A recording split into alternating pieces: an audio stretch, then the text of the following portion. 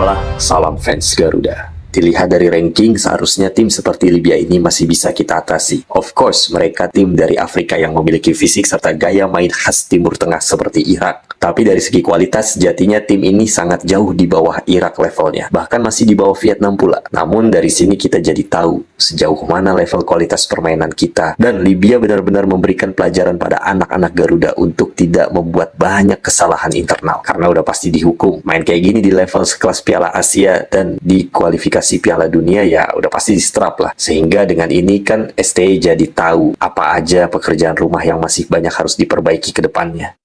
Nah, biasanya nih ya, giliran ngelihat timnas kebantai kayak gini mulai keluar dah tuh satu persatu fans kardus, bahkan jadi bahan gorengan buzzer-buzzer negara tetangga, negara sebelah yang cuma berdasarkan satu match aja.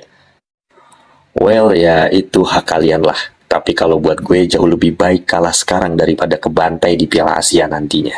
Karena dari sini kelihatan apa aja kekurangan timnas dan apa yang harus dilakukan pelatih dan para ofisial termaksud para pemain buat lebih mengevaluasi diri lagi. Ya, mereka pasti akan memperbaiki diri lebih baik lagi karena nggak ada tim yang mau kebantai terus ke depannya. Emang bener permainan kita kali ini bikin banyak kesalahan, tapi it's okay lah. Masih bisa diterima karena emang ya ini uji coba di luar agenda FIFA ya kan. Jadi ya jangan terlalu berlebihan juga lah, jangan terlalu lebay.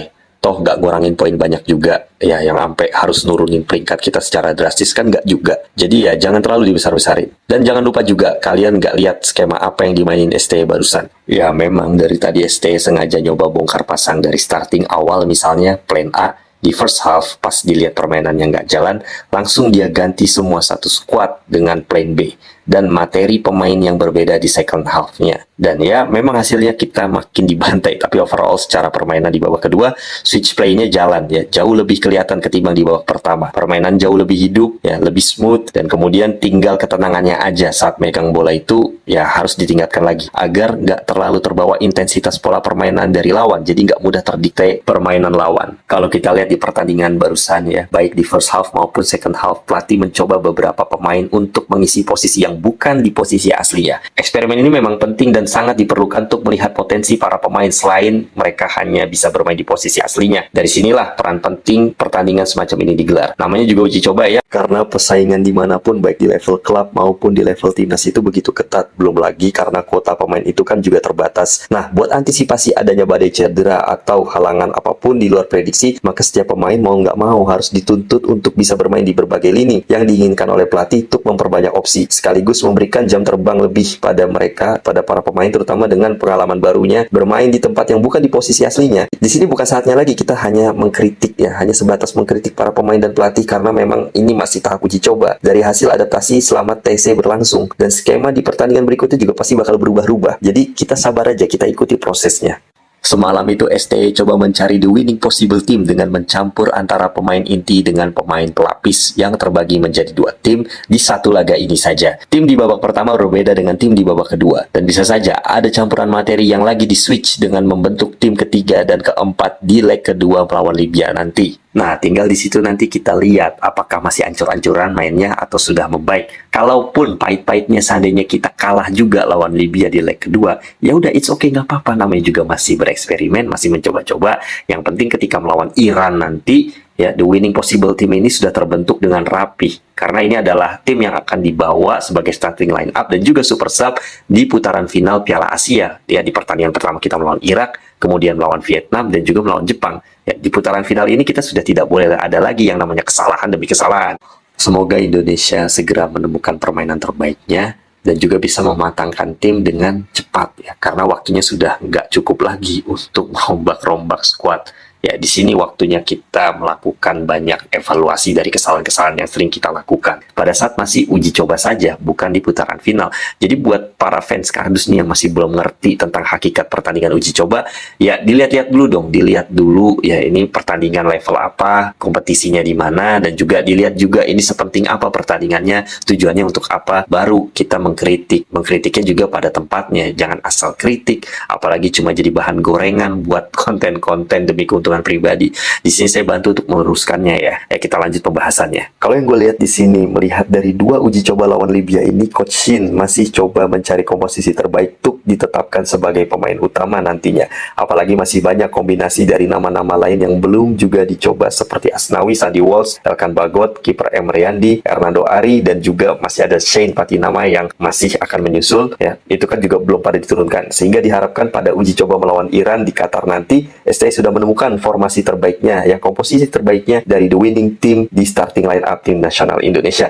Dan juga sudah terbentuk siapa saja nama-nama yang layak menjadi super sub dan siapa saja 2 nama yang akan dicoret nantinya.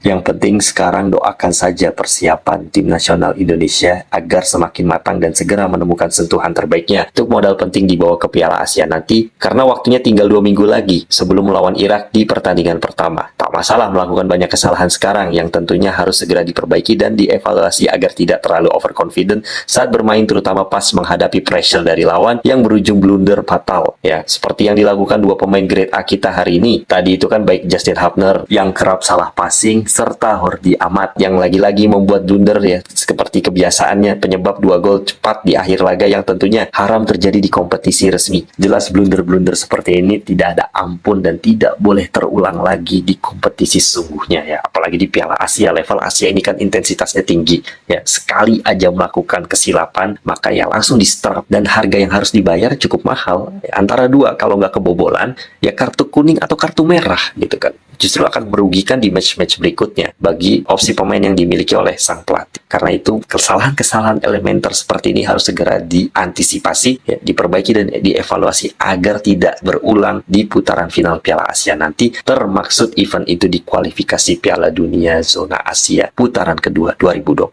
mendatang ya. Kita masih menyisakan 4 laga lagi. Semoga saja sudah tidak ada lagi kesalahan-kesalahan elementer yang kerap kita lakukan, apalagi kalau yang lakuin ini sampai pemain senior, pemain-pemain yang memiliki kaliber grade A. Ini kan sangat menjatuhkan mental para pemain lainnya, terutama para pemain lokal yang tidak memiliki grade. Ya, kira-kira itu saja yang harus saya ingatkan. Jadi jangan ada lagi hujatan atau nyinyiran gak penting di saat sekarang para pemain kita sedang berjuang untuk misi berat lolos grup Piala Asia. Karena itu kita perlu dukungan dan doa agar mental dan semangat mereka gak kendor daripada drop karena udah beban ditambah cacian yang melemahkan dari kita sebagai para pemain ke-12. Kalau menang di pertandingan kayak gini tuh gak begitu penting. Yang penting permainan menarik yang efektif dari anak-anak Garuda mampu mereka tunjukkan di Piala Asia nanti. Dengan begitu lolos grup maupun lolos ke fase berikutnya di 2 event level Asia ini bisa kita selesaikan dengan hasil yang positif. Karena itu kita juga jangan cuma menuntut pelatih dan para pemain yang sedang berusaha saja. Kita juga perlu berusaha memperbaiki sudut pandang kita dalam menyikapi setiap hal yang kita lihat. Ya, mengkritik itu adalah hak setiap orang dan sah-sah aja. Tinggal kita lihat juga timingnya supaya kita tidak salah menempatkan. Oke, kira-kira itu saja yang bisa saya sampaikan. Put your comment below. See you and thanks for watching.